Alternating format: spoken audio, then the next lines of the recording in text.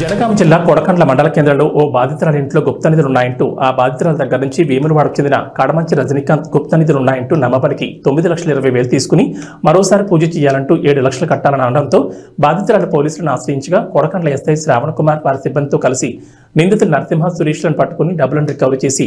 DCP ఆధ్వర్యంలో media ముందు ప్రవేశపెట్టి రిమాండ్కి తరలించారు. ఈ సందర్భంగా జనగామ డీసీపీ రాజేంద్ర మహేన్ నాయక్ మాట్లాడుతూ గుప్త నిధులున్నాయంటూ గ్రామాల్లో ముఠాలు సంచరిస్తున్నారని, వారి మాటలు నమ్మొద్దని, ఇలాంటి వారు ఎవరైనా తారసపడితే పోలీసులు సమాచారం ఇవ్వాలని తెలిపారు. కేసు ఛేదించడానికి సిపి ఆదేశాల మేరకు డీసీపీ జనగామ రాజమహేంద్ర నాయక్ ఆధ్వర్యంలో ఏసీపీ వర్ధన్నపేట అంబట్ నరసయ్య, సిఐ పాలకుర్తి గట్ల మహేందర్ రెడ్డి పర్యవేక్షణలో కొడకండ్ల ఎస్ఐ బండి శ్రావణ్ కుమార్, అతని సిబ్బంది, హెడ్ కానిస్టేబుల్ శ్రీనివాస్ సిబ్బందితో ఈ కేసును ఛేదించడానికి కష్టపడ్డ వారికి డీసీపీ జనగామ క్యాష్ రివార్డ్ అందజేసి వారిని అభినందించారు.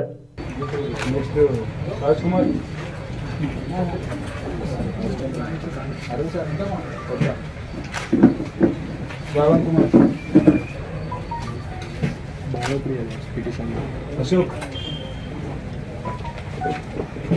अरुण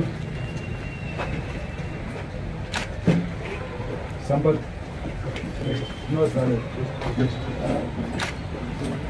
श्रीनिवास